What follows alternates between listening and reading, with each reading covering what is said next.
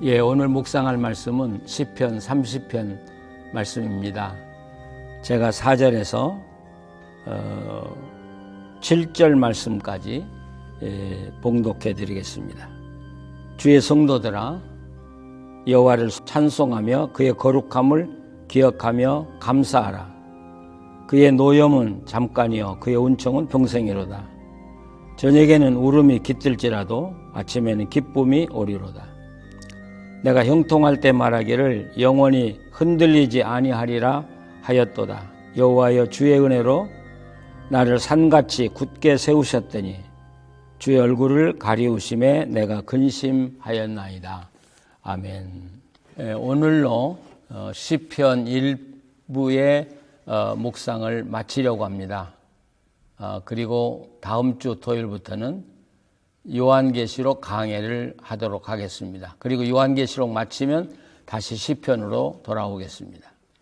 오늘 이 본문 말씀은 하나님께 징계를 받고 죽음의 나락에 떨어졌던 사람이 회복되어서 하나님께 고백하는 그런 시의 내용입니다. 이분은 소위 잘 나가는 사람이었습니다. 모든 일이 형통했고 그가 여기 고백한 대로 마치 산 위에 세워진 것처럼 든든하게 살아갔다고 고백하고 있습니다. 얼마나 자랑스러웠겠습니까? 이처럼 모든 일이 순탄하고 형통하면 사람들은 자꾸 자기 고개를 들게 되죠. 그리고 자랑하고 싶고요. 또 얼마나 많은 사람들이 이 사람을 보면서 부러워했겠습니까? 우리들도 이런 삶을 좀 살아봤으면 좋겠다고 그렇게 생각할 때도 많이 있습니다. 그런데 이 시인이 여기 옛날 성경에는 요동치 아니하리라 또는 흔들리지 아니하리라 하고 말했는데 이건 굉장히 강한 부정을 이야기합니다. 나는 절대로 흔들리지 않는다. 나는 절대로 요동하지 않는다. 그리고 거기에 영원토록이라고는 단어까지를 붙였죠. 나는 영원토록 절대로 흔들리지 않고 요동하지 않는다. 여러분 얼마나 자신만만한 사람이에요? 그런데 어느 날 갑자기 자기가 이 죽음의 문턱에 서 있더라는 것입니다. 죽음에까지 내려가게 된 것입니다.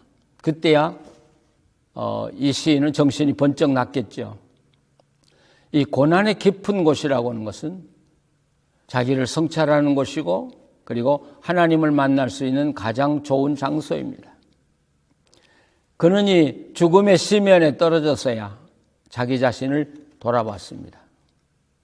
자기가 이처럼 형통한 것은 자기가 잘해서 된 걸로 여지껏 생각했습니다. 그러나 이런 위기에 빠지고 보니까 과거에 자기의 그 모든 형통과 그리고 모든 일이 순탄한 것은 자기의 노력이 아니라 하나님의 주신 은혜였다는 사실을 그는 알게 되었습니다. 사실 우리들은 어려울 때는 하나님의 은혜를 갈구하고 그리고 형통할 때는 하나님의 은혜를 잃어버리고 내가 잘해서 형통하고 모든 것이 순조롭다고 생각을 하게 됩니다. 여러분 바울이 고백한 거 우리가 잘 알고 있죠? 나의 나된 건 하나님의 은혜다. 우리도 그 고백 잘하고 있습니다. 나의 나된 건 하나님의 은혜다. 근데 이 하나님의 은혜라는 것을 저는 이렇게 생각하고 싶어요. 하나님께서 그 은혜로 우리 인생에 밑받침을 놓아주셨다는 것이죠. 그 밑받침을 놓아주셨기 때문에 우리가 그 위에서 요동하지 않을 수 있었고 그리고 그 위에 세워져 나갈 수 있었던 것입니다. 하나님이 그 밑받침을 빼버린다고 하면 여러분 내 인생이 그대로 보존될 수 있겠습니까? 하루아침에 벽돌 무너지듯이 와르르 무너지고 말 것입니다. 이 시인은 이런 절벽에 떨어지고 나서야 하나님이 자기를 바쳐주셨기 때문에 오늘 여기까지 온 걸 깨닫고 그는 하나님께 참회의 기도를 드립니다. 하나님의 얼굴은 은혜와 축복의 상징입니다. 하나님이 기쁨으로 우리를 향하여 얼굴을 드사 우리를 바라보실 때는 우리 모든 것이 다 편안합니다. 순조롭습니다. 형통합니다.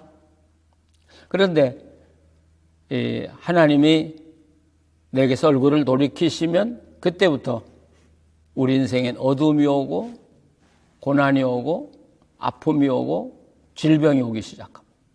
물론 이런 질병이나 실패가 이런 죄 때문에 온다고 말하는 건 아닙니다. 그러나 우리가 하나님에게서 떠나고 하나님을 외면할 때 대체적으로 어려움이 온다는 사실은 성경이 우리에게 말해주는 사실입니다. 우리 인간들은 참 어리석습니다. 뭐가 좀 잘 되면 교만하기 시작하죠. 자기 자랑하기 시작하죠. 또 자연히 하나님께로부터 멀어지기 시작합니다. 참 교만해집니다. 하나님께 멀어지면 이제 하나님의 주신 그 은혜를 가지고 자기 인생을 즐길 생각을 하죠. 자기 영광을 누릴 생각을 하죠. 그러면서 잘못된 곳으로 빠져들어갑니다. 이처럼 잘못된 대로 빠져들어가는 사람에게는 누가 권고해도 듣지 않습니다. 그 말이 들어가지 않습니다. 결국은 그 인생이 좌초되거나 좌초의 위기에 당도했을 때 비로소 내가 잘못했다고 하는 걸 사람들은 느끼게 되죠. 이 시인이 바로 그런 사람이었습니다. 자기 자신이 하나님을 떠나고 그리고 교만해서 이런 무서운 질병에 빠졌다고 하는 걸 안 이 시인은 하나님께 엎드려 기도하기 시작하죠. 여기 8절 말씀은 보면 여호와께 부르짖고 여호와께 간구하였다. 여기 여호와 두 번 나오죠. 여러분 얼마나 급했으면 이 시인이 여호와 하고 그때야 부르겠습니까? 우리 인간이 평안한 날에는 그렇게 부르지 않습니다. 배부르게 부릅니다. 그런데 고난에 떨어지니까 여호와여 하고 부르짖죠. 그런데 여기 부르짖다는 말하고 또 간구하다는 말은 보통 시편의 탄원시에 나오는 대표적인 두 단어죠. 부르짖다는 말은 이 큰 소리로 외친다는 말이죠. 이 어려움을 당한 사람들, 고난을 당한 사람들 보면 그동안 조용히 기도했던 사람들이 큰 소리로 하나님께 울면서 기도하는 모습을 우리 많이 봅니다. 여기 간구라고 하는 것은 애걸한다는 말입니다. 얼마나 간절했으면 하나님께 애걸하겠습니까? 그러면서 이 시인은 이렇게 기도하죠. 내가 죽어 무덤에 던져진다면 그게 주님께 무슨 유익이 있겠습니까? 만약 내가 죽어 무덤에 묻힌다면 어떻게 주님의 진리를 전파할 수 있겠습니까? 그 일이 주님에게 무슨 유익이 되겠습니까? 여호와여, 내 기도를 들어주시고 내게 은혜를 베풀어 주소서, 나를 도와주소서. 그 민수기에 보면 그 축복의 내용이 나오죠. 여호와는 내게 비추사 은혜 베푸시기를 원하며 여호와는 그 얼굴을 내게로 향하여 드사 평강 주시기를 원하노라. 우리에게 절대적으로 필요한 것은 하나님의 얼굴입니다. 우리를 기뻐하시고 하나님이 우리를 사랑하셔서 우리를 늘 바라보아 주실 때 그것이 행복입니다. 근데 우리가 교만하거나 하나님께 돌아가야 할 영광을 내가 빼앗았을 때 하나님이 얼굴을 돌이키신다고 하면 내 인생은 무너지고 말 것입니다. 이 시인은 마지막 단계, 죽음의 단계에 가서야 자기 것이 다 없어진 다음에야 하나님 붙들고 기도하고 그곳에서 구원을 받습니다. 우리도 이 땅에 살면서 늘 하나님이 나를 바라보시고 나를 축복하시도록 우리가 성결하게 살아야 할 것입니다.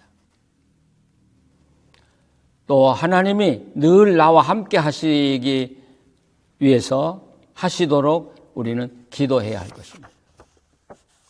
그래서 한순간도 한순간도 주님에게서 멀어지는 일이 없이 주님과 함께 동행하는 삶을 살아야 할 것입니다. 이 시인의 비탄 기도, 죽음에 떨어져서야 하나님에게 부르짖는 이 기도소를 들으면서 저는 예수님의 십자가를 생각했습니다. 예수님의 십자가는 내가 달려야 할 곳입니다. 내가 달려서 이 시인처럼 하나님께 부르짖어야 할 곳이 바로 십자가입니다. 근데 주님이 내 대신 그곳에 달리셨습니다. 그리고 우리 죄를 용서해 주셨고 우리를 하나님 앞에 담대히 나아갈 수 있도록 만들어 주셨습니다. 우리는 이 시인의 기도를 들으면서 바로 그것이 내 기도였을 것이라는 것을 생각하시고 주님의 십자가의 은혜에 늘 감사하며 살아야 될 것입니다. 이 죽음의 골짜기에 떨어져서 시인이 깨달은 게 많습니다. 하나님의 노여움은 잠깐이고 그의 은총은 평생이로다. 저녁에는 울음이 기수갈지라도 아침엔 기쁨이 오리로다. 보통 우리는 이 땅에 살아갈 때 현재 내가 처한 입장에서 미래를 봅니다. 그러니까 내가 고난 속에 빠져 있으면 고난 속에서 미래를 보기 때문에 미래가 암담하고 캄캄하죠. 그리고 내 고난이 길다고 생각이 됩니다.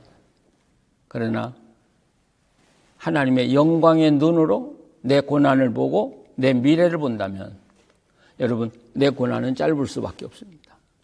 그리고 아무리 큰 고난이라도 간단할 수밖에 없습니다. 지금 이 시인은 하나님의 그 은총의 산에 서서 자기 미래를 보고 있습니다. 그러니까 자기가 고난받은 게 굉장히 길고 무섭고 험한 줄 알았는데 그게 잠깐이거든요. 그리고 여러분, 우리가 하나님 앞에서 누리는 하나님 우리에게 주신 축복이 얼마나 깁니까? 영원하지 않습니까? 그래서 저녁에 울음이 기수갈지라도 이 울음이라는 단어가 빼간가 그럴 거예요. 이 울음이라는 단어는 손님이라는 단어예요. 저녁에는 손님이 우리 집에 들어와서 잠시 머물 수 있지만 그러나 아침이면 떠나가듯이 우리가 아무리 어려움을 당해도 마치 손님이 잠깐 왔다가 떠나가는 것처럼 그건 가버릴 것이다. 그리고 하나님의 은총은 영원한 것이다. 또 시인은 깨달았어요. 주님께서 우리의 슬픔 변하여 춤이 되게 하시고 나의 베옷을 벗겨서 띠띠워 주셨습니다. 이 베옷은 슬픔의 옷이죠. 상복이죠. 주님은 우리를 고난 가운데 오래 두지 않는다는 사실을 이 시인은 우리에게 고백하고 있는 거예요. 그래서 우리의 슬픔의 상복을 다 벗기시고 다시 삶을 시작하도록 띠를 다시 띄워주시는 그런 주님의 은혜를 그는 고백하고 있습니다. 제가 한국에서 목회할 때 아주 사업이 잘 되고 형통한 사람이 있었어요. 이름은 집사인데 교회는 안 나와요. 그런데도 교회에서는 그냥 집사님 그렇게 부르잖아요. 한 번은 제가 그분을 만나서 권고를 했더니 그분이 그런 말을 하더라고요. 목사님, 저는요, 지금 당장 망해도 10년 먹고 살 것은 넉넉히 있습니다. 그래서 제가 물었어요. 아니, 어떻게 보장하냐? 어떻게 10년 먹을 걸 당신이 가지고 있냐? 그러니까 제가 시내에 집이 10채가 있거든요. 그러니까 망해도 하나 팔아서 1년 살고 하나 팔아서 1년 살면 10년을 살 수 있잖아요. 아주 자신만만하더라고요. 근데 6개월도 못 돼서 그분이 저를 찾아왔어요. 자기가 잘못했노라고. 그러면서 목사님, 망하니까 집이 한 채씩 달아나는 게 아니라 한꺼번에 10채가 다 달아나더라고요. 전 지금 갈 곳이 없는 사람입니다. 그때야 비로소 그가 하나님 앞에 제자리에 돌아와서 살기 시작하는 것이죠. 우리는 오늘 이 시편을 묵상하면서 예수님의 십자가의 실현을 생각해 봤는데, 또 오늘 이 시편은 이사야 53장을 생각나게 합니다. 그가 찔림은 우리의 허물을 인하며 그가 상함은 우리의 죄악 때문이라.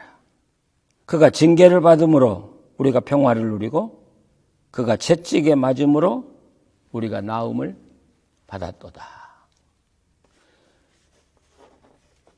오늘 이 말씀이 이사야로 옮겨지면 이사야는 예수 그리스도께서 십자가에 달려 돌아가심으로 우리의 죄짐을 다 담당하시고 우리의 아픔까지를 다 담당하시고 우리를 회복시켜 주셨다는 선언으로 마치게 됩니다. 그렇습니다.